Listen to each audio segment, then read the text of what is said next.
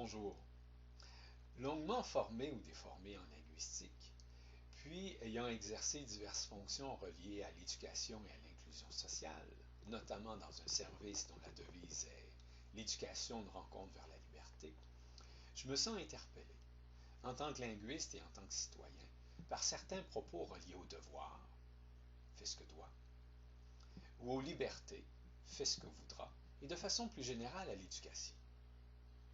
Bien que je croie de tout cœur à l'idée que l'éducation, accompagnement vers la liberté, doit être le fait des actions et interactions d'êtres libres, je pense qu'il convient tout d'abord de revenir sur le sens de certains mots. Les grands spécialistes et les journalistes parlent beaucoup d'éducation, d'instruction, de formation. Ces trois mots qu'on semble considérer comme des synonymes ne veulent toutefois pas dire exactement la même chose.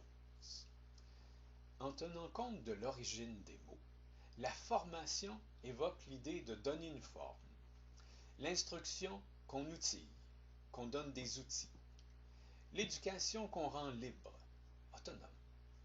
Ces actions font référence à des réalités plus larges, plus diversifiées que celles vécues sur un banc d'école.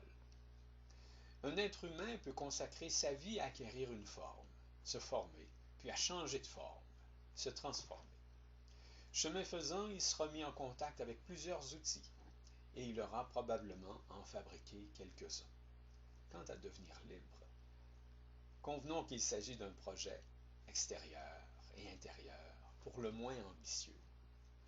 La liberté présuppose que nous avons appris quelque chose dans notre famille, à l'école, dans notre milieu de travail, à l'occasion de l'une ou l'autre de nos innombrables activités. Mais au fait, qu'est-ce qu'apprendre? Le mot nous renvoie à l'idée de prendre avec soi.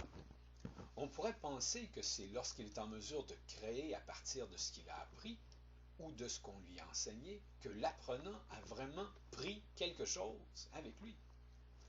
Le peut-il toujours? Le veut-il toujours? Est-il toujours en mesure de le vouloir, peu importe les méthodes d'enseignement? C'est que l'acte d'apprendre repose sur une décision personnelle de la personne que l'on forme, que l'on instruit, que l'on éduque.